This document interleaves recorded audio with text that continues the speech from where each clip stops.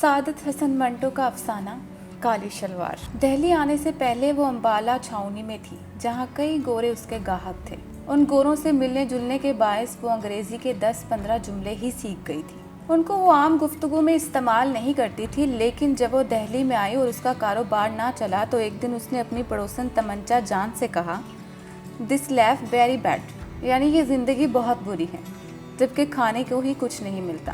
امبالہ چھاؤنی میں اس کا دھندا بہت اچھی طرح چلتا تھا۔ چھاؤنی کے گورے شراب پی کر اس کے پاس آتے تھے اور وہ 3-4 گھنٹوں میں ہی 8-10 گوروں کو نمٹا کر 20-30 روپے پیدا کر لیا کرتی تھی۔ یہ گورے اس کے ہم وطنوں کے مقابلے میں بہت اچھے تھے۔ اس میں کوئی شک نہیں کہ وہ ایسی زبان بولتے تھے جس کا مطلب سلطانہ کی سمجھ میں نہیں آتا تھا، مگر ان کی زبان سے یہ لا علمی اس کے حق میں بہت اچھی ثابت ہوتی تھی۔ اگر وہ اس سے کچھ رعایت چاہتے تو وہ سر ہلا کر کہہ دیا کرتی تھی، "صاحب، ہماری سمجھ میں تمہاری بات نہیں آتی"۔ اور اگر وہ اس سے ضرورت سے زیادہ چھیڑ چھاڑ کرتے تو وہ ان کو اپنی زبان میں گالیاں دینا شروع کر دیتی تھی۔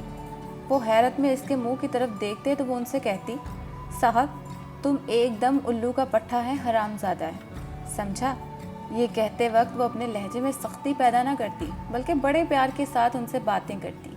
گورے ہنس دیتے اور ہنستے وقت وہ سلطانہ کو بالکل الو کے پٹھے دکھائی دیتے۔ مگر یہاں دہلی میں وہ جب سے آئی تھی ایک گورا بھی اس کے ہاں نہیں آیا تھا۔ 3 مہینے اس کو ہندوستان کے اس شہر میں رہتے ہو گئے تھے جہاں اس نے سنا تھا کہ بڑے لاٹ صاحب رہتے ہیں جو گرمیوں میں شملے جاتے ہیں۔ اس کے پاس صرف 6 آدمی تھے، صرف 6، یعنی مہینے میں 2، اور ان 6 گاہکوں سے اس نے خدا جھوٹ نہ بلوائے 18.5 روپے وصول کیے تھے۔ 3 روپے سے زیادہ پر کوئی مانتا ہی نہیں تھا۔ سلطانہ نے ان میں سے 5 آدمیوں کو اپنا ریٹ 10 روپے بتایا تھا، مگر تعجب کی بات یہ ہے کہ ان میں سے ہر ایک نے یہی کہا تھا، "بھائی، ہم 3 روپے سے زیادہ 1 کوڑی نہیں دیں گے"۔ جانے کیا بات تھی کہ ان میں سے ہر ایک نے اسے صرف 3 روپے کے قابل سمجھا۔ چنانچہ جب چھٹا آیا تو اس نے خود اس سے کہا، "دیکھو، میں 3 روپے ایک ٹائم کے لوں گی، اس سے 1 ڈھیلا تم کہو تو بھی کم نہ ہوگا۔ اب تمہاری مرضی ہو تو رہو ورنہ جاؤ"۔ چھٹے آدمی نے یہ بات سن کر تکرار نہ کی اور اس کے ہاں ٹھہر گیا۔ جب دوسرے کمرے میں دروازے بند کر کے وہ اپنا کوٹ اتارنے لگا تو سلطانہ نے کہا، "لائیے 1 روپیہ دودھ کا"۔ اس نے 1 روپیہ تو نہ دیا، لیکن نئے بادشاہ کی چمکتی ہوئی 98 جیب سے نکال کر اس کو دے دی، اور سلطانہ نے بھی چپکے سے لے لی کہ چلو جو آیا غنیمت ہے۔ 18.5 روپے 3 مہینوں میں، 20 روپے ماہوار تو اس کوٹھے کا کرایہ تھا جس کو مالک مکان انگریزی زبان میں فلیٹ کہتا تھا۔ اس فلیٹ میں ایسا پخانہ تھا جس میں زنجیر کھینچنے سے ساری گندگی پانی کے زور سے ایک دم نیچے نل میں غائب ہو جاتی تھی اور بڑا شور ہوتا تھا۔ شروع میں تو اس شور نے اسے بڑا ڈرایا تھا۔ پہلے دن جب وہ رفع حاجت کے لیے اس پخانے میں گئی تو اس کے کمر میں شدت کا درد ہو رہا تھا۔ فارغ ہو کر جب اٹھنے لگی تو اس نے لٹکی ہوئی زنجیر کا سہارا لے لیا۔ اس زنجیر کو دیکھ کر اس نے خیال کیا، چونکہ یہ مکان خاص ہم لوگوں کی رہائش کے لیے تیار کیے گئے ہیں، یہ زنجیر اسی لیے لگائی گئی ہے کہ اٹھتے وقت تکلیف نہ ہو اور سہارا مل جایا کرے۔ مگر جو ہی اس نے اس زنجیر کو پکڑ کر اٹھنا چاہا، اوپر کھٹ کھٹ سی ہوئی اور پھر پانی ایک دم اس زور کے ساتھ باہر نکلا کہ ڈر کے مارے کہ اس کے منہ سے چیخ نکل گئی۔ خدا بخش دوسرے کمرے میں اپنا فوٹوگرافی کا سامان درست کر رہا تھا۔ اس نے سلطانہ کی چیخ سنی، دوڑ کر باہر نکلا اور سلطانہ سے پوچھا، "کیا ہوا؟ یہ چیخ تمہاری تھی"؟ سلطانہ کا دل دھڑک رہا تھا۔ اس نے کہا، "یہ موا پہ خانہ ہے یا کیا ہے؟ میری کمر میں درد تھا، میں نے کہا چلو اس کا سہارا لے لوں گی، پر اس موئی زنجیر کو چھیڑنا تھا کہ زوردار دھماکہ ہوا، میں کیا تمہیں بتاؤں"۔ اس پر خدا بخش بہت ہنسا اور اس نے سلطانہ کو اس خانے کی بابت سب کچھ بتا دیا تھا۔ یہ نئے فیشن کا ہے جس میں زنجیر ہلانے سے سب گندگی زمین میں دھس جاتی ہے۔ خدا بخش اور سلطانہ کا آپس میں کیسا سمبندھ ہوا، یہ ایک لمبی کہانی ہے۔ خدا بخش راول پنڈی کا تھا۔ انٹر پاس کرنے کے بعد اس نے لاری چلانا سیکھی۔ چنانچہ 4 برس تک وہ راول پنڈی اور کشمیر کے درمیان لاری چلانے کا کام کرتا رہا۔ اس کے بعد کشمیر میں اس کی دوستی ایک عورت سے ہو گئی۔ اس کو بھگا کر وہ ساتھ لے آیا۔ لاہور میں چونکہ اس کو کوئی کام نہ ملا، اس لیے اس نے عورت کو پیشے پر بٹھا دیا۔ 2-3 برس تک یہ سلسلہ جاری رہا، پھر وہ عورت کسی اور کے ساتھ بھاگ گئی۔ خدا بخش کو معلوم ہوا کہ وہ امبالہ میں ہے، وہ اس کی تلاش میں آیا جہاں اس کو سلطانہ مل گئی۔ سلطانہ نے اس کو پسند کیا، چنانچہ دونوں کا سمبندھ ہو گیا۔ خدا بخش کے آنے سے ایک دم سلطانہ کا کاروبار چمک اٹھا۔ عورت چونکہ ضعیف الاعتقاد تھی،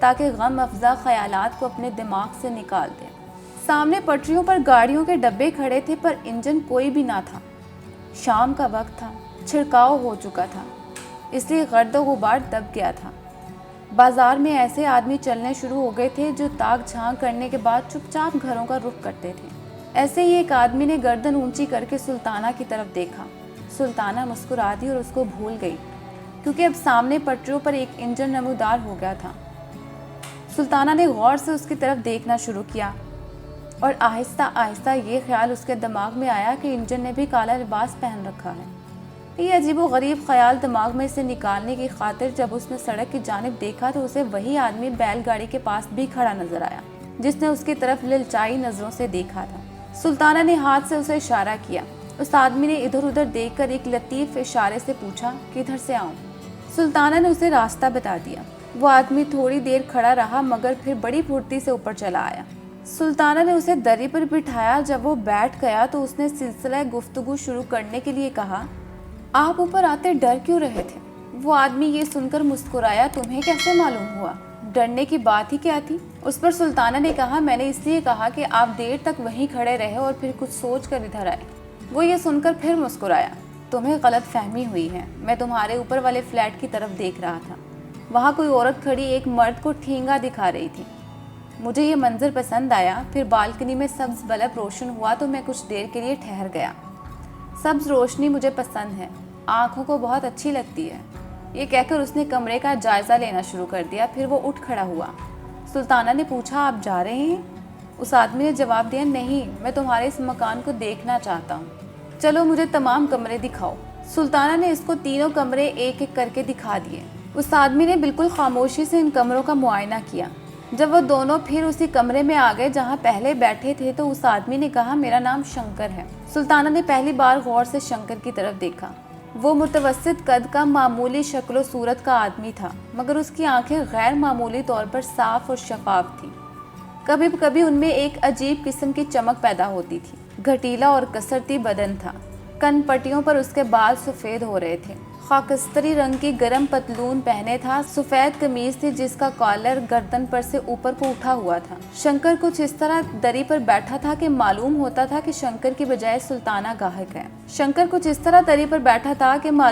تھا کہ شنکر کی بجائے سلطانہ گاہک ہے۔ اس احساس نے سلطانہ کو قدرے پریشان کر دیا۔ چنانچہ اس نے شنکر سے کہا، فرمائیے۔ شنکر بیٹھا تھا، یہ سن کر لیٹ گیا، میں کیا فرماؤں، کچھ تم ہی فرما دو، تم ہی نے بلایا مجھے۔ جب سلطانہ کچھ نہ بولی تو وہ اٹھ بیٹھا۔ میں سمجھا، لو اب مجھ سے سنو، جو کچھ تم نے سمجھا ہے غلط ہے۔ میں ان لوگوں میں سے نہیں ہوں جو کچھ دے کر جاتے ہیں۔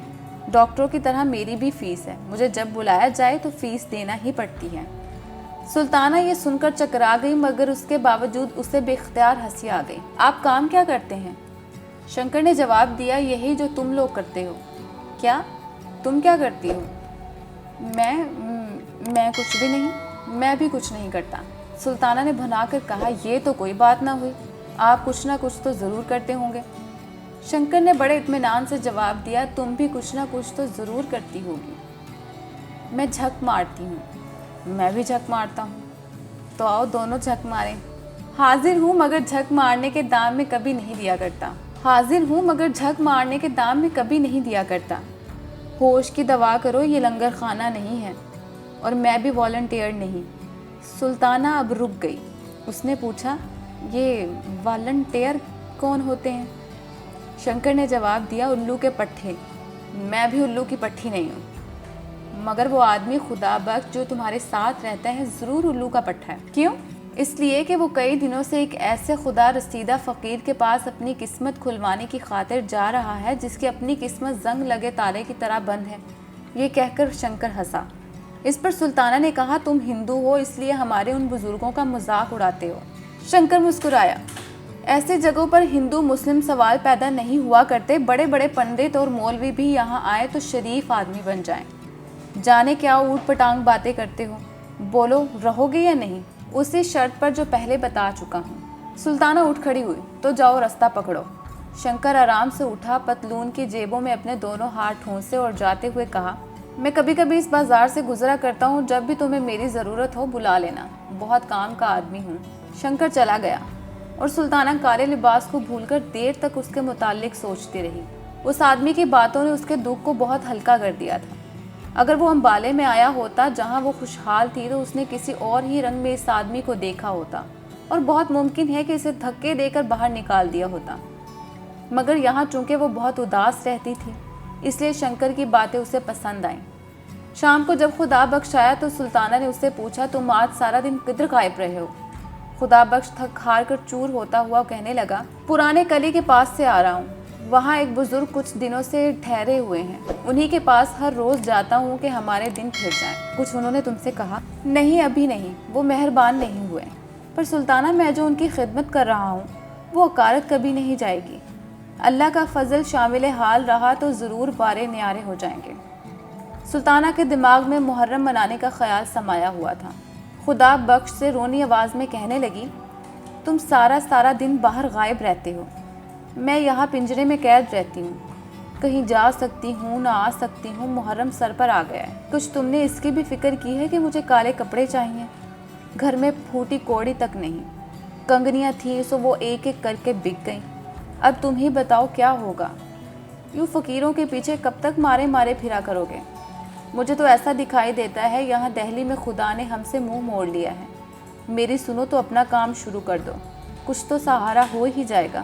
خدا بخش دری پر لیٹ گیا اور کہنے لگا، پر یہ کام شروع کرنے کے لیے بھی تو تھوڑا بہت سرمایہ چاہیے، خدا کے لیے اب ایسی دکھ بھری باتیں نہ کرو، مجھ سے اب یہ برداشت نہیں ہوگا۔ میں نے سچ مچ امبالہ چھوڑنے میں سخت غلطی کی تھی، پر جو کرتا ہے اللہ ہی کرتا ہے اور ہماری بہتری کے لیے ہی کرتا ہے، کیا پتہ کچھ دیر اور تکلیفیں برداشت کرنے کے بعد ہم۔ سلطانہ نے بات کاٹ کر کہا، تم خدا کے لیے کچھ کرو، چوری کرو، ڈاکہ ڈالو، پر مجھے ایک شلوار کا کپڑا ضرور دلا دو۔ میرے پاس سفید بوسکی کی قمیض پڑی ہے، اس کو میں رنگوا لوں گی۔ سفید نیلون کا ایک دوپٹہ بھی میرے پاس موجود ہے، وہی جو تم نے مجھے دیوالی پر لے کر دیا تھا، یہ بھی قمیض کے ساتھ ہی رنگوا لیا جائے گا، ایک صرف شلوار کی کسر ہے، سو وہ تم کسی نہ کسی طرح پوری کر دو۔ دیکھو تمہیں میری جان کی قسم کسی نہ کسی طرح ضرور لا دو، میری بھتی کھاؤ اگر نہ لاؤ۔ خدا بخش اٹھ بیٹھا، اب تم خواہ مخواہ زور دیے چلے جا رہی ہو، میں کہاں سے لاؤں گا؟ افیم کھانے کے لیے تو میرے پاس ایک پیسہ تک نہیں، کچھ بھی کرو مگر مجھے 4.5 گز کالی ساٹن لا دو، دعا کرو کہ آج رات ہی اللہ 2-3 آدمی بھیج دے۔ تم کچھ نہیں کرو گے؟ تم اگر چاہو تو ضرور اتنے پیسے پیدا کر سکتے ہو، جنگ سے پہلے یہ ساٹن 12-14 آنے گز مل جاتی تھی، اب 1.25 روپے گز کے حساب سے ملتی ہے، 4.5 گزوں پر کتنے روپے خرچ ہوں گے؟ اب تم کہتی ہو تو میں کوئی ہیلا کروں گا۔ یہ کہہ کر خدا بخش اٹھا، لو اب ان باتوں کو بھول جاؤ، میں ہوٹل سے کھانا لے آتا ہوں۔ ہوٹل سے کھانا کھایا، دونوں نے مل کر زہر مار کیا اور سو گئے۔ صبح ہوئی تو خدا بخش پرانے قلعے والے فقیر کے پاس چلا گیا اور سلطانہ اکیلی رہ گئی۔ کچھ دیر لیٹی رہی، کچھ دیر سوئی رہی، کچھ دیر ادھر ادھر کمروں میں ٹہلتی رہی۔ دوپہر کا کھانا کھانے کے بعد اس نے اپنا سفید نیلون کا دوپٹہ اور سفید بوس کی قمیض نکالی اور نیچے لانڈری والے کو رنگنے کے لیے دے دی۔ کپڑے دھونے کے علاوہ وہاں رنگنے کا کام بھی ہوتا تھا۔ یہ کام کرنے کے بعد اس نے واپس آ کر فلموں کی کتابیں پڑھی جن میں اس کے دیکھے ہوئے فلموں کی کہانی اور گیت چھپے ہوئے تھے۔ یہ کتابیں پڑھتے پڑھتے وہ سو گئی۔ جب اٹھی تو 4 بج چکے تھے کیونکہ دھوپ آنگن میں سے موری کے پاس پہنچ چکی تھی۔ نہا دھو کر فارغ ہوئی تو گرم چادر اوڑھ کر بالکنی میں آ کھڑی ہوئی۔ قریباً 1 گھنٹہ سلطانہ بالکنی میں کھڑی رہی۔ اب شام ہو گئی تھی، بتیاں روشن ہو رہی تھیں، نیچے سڑک پر رونق کے آثار نظر آنے لگے۔ سردی میں تھوڑی سی شدت ہو گئی مگر سلطانہ کو یہ ناگوار معلوم نہ ہوئی۔ وہ سڑک پر آتے جاتے تانگوں اور موٹروں کی طرف ایک عرصے سے دیکھ رہی تھی۔ دفتن اسے شنکر نظر آیا۔ مکان کے نیچے پہنچ کر اس نے گردن اونچی کی اور سلطانہ کی طرف دیکھ کر مسکرا دیا۔ سلطانہ نے غیر ارادی طور پر ہاتھ کا اشارہ کیا اور اسے اوپر بلا لیا۔ جب شنکر اوپر آ گیا تو سلطانہ بہت پریشان ہوئی کہ اس سے کیا کہے۔ دراصل اس نے ایسے ہی بلا سوچے سمجھے اسے اشارہ کر دیا تھا۔ شنکر بے حد مطمئن تھا جیسے اس کا اپنا گھر ہے۔ چنانچہ بڑی بے تکلفی سے پہلے روز کی طرح وہ گاؤ تکیہ سر کے نیچے رکھ کر لیٹ گیا۔ جب سلطانہ نے دیر تک اس سے کوئی بات نہ کی تو اس نے کہا، تم مجھے 100 دفعہ بلا سکتی ہو اور 100 دفعہ ہی کہہ سکتی ہو کہ چلے جاؤ، میں ایسی باتوں پر کبھی ناراض نہیں ہوا کرتا۔ سلطانہ شش پنج میں گرفتار ہو گئی، کہنے لگی، نہیں بیٹھو، تمہیں جانے کو کون کہتا ہے؟ شنکر اس پر مسکرا دیا، تو میری شرطیں تمہیں منظور ہیں؟ کیسی شرطیں؟ سلطانہ نے ہنس کر کہا کیسی شرطیں؟ کیا نکاح کر رہی ہو تم مجھ سے؟ نکاح اور شادی کیسی؟ نہ تم عمر بھر کسی سے نکاح کرو گی نہ میں، یہ رسمیں ہم لوگوں کے لیے نہیں ہیں۔ چھوڑو ان فضولیات کو، کوئی اور بات کرو۔ بولو کیا بات کروں؟ تم عورت ہو، کوئی ایسی بات شروع کرو جس سے دو گھڑی دل بہل جائے۔ اس دنیا میں صرف دکانداری ہی دکانداری نہیں بلکہ کچھ اور بھی ہے۔ سلطانہ ذہنی طور پر اب شنکر کو قبول کر چکی تھی۔ کہنے لگی، صاف صاف کہو تم مجھ سے کیا چاہتے ہو؟ جو دوسرے چاہتے ہیں۔ شنکر اٹھ کر بیٹھ گیا۔ تم میں اور دوسروں میں پھر فرق ہی کیا ہے؟ تم میں اور مجھ میں کوئی فرق نہیں، ان میں اور مجھ میں زمین آسمان کا فرق ہے۔ ایسی بہت سی باتیں ہوتی ہیں جو پوچھنا نہیں چاہیے، خود سمجھنا چاہیے۔ سلطانہ نے تھوڑی دیر تک شنکر کی اس بات کو سمجھنے کی کوشش کی، پھر کہا، میں سمجھ گئی۔ تو کہو کیا ارادہ ہے؟ تم جیتے میں ہاری، پر میں کہتی ہوں آج تک کسی نے ایسی بات قبول نہ کی ہوگی۔ تم غلط کہتی ہو۔ اسی محلے میں تمہیں ایسی سادہ لو عورتیں بھی مل جائیں گی جو کبھی یقین نہیں کریں گی کہ عورت ایسی ذلت قبول کر سکتی ہے جو تم بغیر کسی احساس کے قبول کرتی رہی ہو، لیکن ان کے نہ یقین کرنے کے باوجود تم ہزاروں کی تعداد میں موجود ہو۔ تمہارا نام سلطانہ ہے نا؟ سلطانہ ہی ہے۔ شنکر اٹھ کھڑا ہوا اور ہنسنے لگا۔ میرا نام شنکر ہے۔ یہ نام بھی عجب اوٹ پٹانگ ہوتے ہیں۔ چلو آؤ اندر چلیں۔ شنکر اور سلطانہ دری والے کمرے میں واپس آئے اور دونوں ہنس رہے تھے، نہ جانے کس بات پر۔ جب شنکر جانے لگا تو سلطانہ نے کہا، شنکر میری ایک بات مانو گے؟ شنکر نے جواباً کہا، پہلے بات بتاؤ۔ سلطانہ کچھ جھیپ سی گئی۔ تم کہو گے میں دام وصول کرنا چاہتی ہوں، مگر کہو رک کیوں گئی؟ سلطانہ نے جرأت سے کام لے کر کہا، بات یہ ہے کہ محرم آ رہا ہے اور میرے پاس اتنے پیسے نہیں کہ میں کالی شلوار بنا سکوں۔ یہاں کے سارے دکھڑے تم مجھ سے سن ہی چکے ہو۔ قمیض اور دوپٹہ میرے پاس موجود ہے جو میں نے آج ہی رنگوا لیے ہیں۔ شنکر نے یہ سن کر کہا، تم چاہتی ہو کہ میں تمہیں کچھ روپے دوں جو تم کالی شلوار بنا سکو؟ سلطانہ نے فوراً ہی کہا، نہیں، میرا مطلب یہ ہے کہ اگر تم ہو سکے تو مجھے ایک کالی شلوار لا دو۔